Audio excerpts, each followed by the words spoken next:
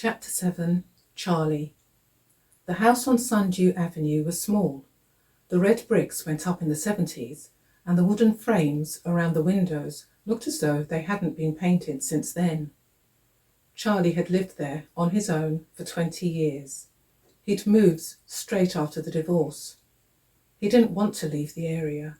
Shepherd's Bush was where his children lived, his grandchildren too, although he had no idea which school they attended, whether any of them had gone on to university, or if any of them remembered him.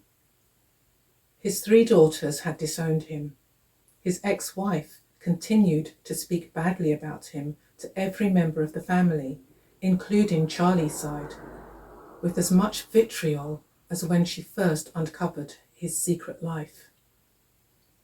There was a mist over Charlie's eyes now, a bluish tint over the dark pupils that once were alert and shone.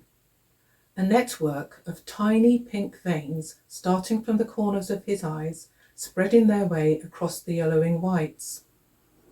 Silver tufts of hair sprang from where lustrous dark hair had crowned his regal head. Jowls wobbled with pockets of fat where once there was a proud chin. When he lay on his back in bed, the distended mound of his stomach rose and fell slowly. His eyes stayed closed most of the day, and his mind was closing down by increasing degrees every week. He heard the beep and tap of the keypad on the front door, and someone let themselves in. Who was it this time, he wondered, unable to turn himself in bed. Carers were the only people to visit him now. His daughters all had a key, but they only came to stock up the fridge and the cupboards, to make sure the carers were doing their job and that the cleaners were doing a reasonable job of keeping the dust at bay. Whoever had come to the door was humming. She made a pleasant sound, and he wished she would sing the words to the tune, a tune that reminded him of music he'd heard a long time ago. Brenda? Brenda, is that you? Not Brenda, Charlie. It's me, Louise. She leaned over his bed and smiled. Remember you're Louise? I'm here. I'll get you lunch, okay? Louise was raising her voice, much to his annoyance. The carers spoke in loud voices. He didn't know why. He could hear them perfectly.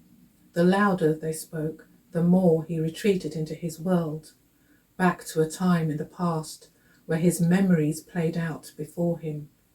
Those times were tangible. He could quite happily stay in a past where he was tall, handsome, and he knew a woman who sang, who adored him. He saw those days so clearly, and his heart broke every time he remembered that the woman who sang, the one he loved with all his heart, ran away and disappeared without a trace. Her name was Brenda.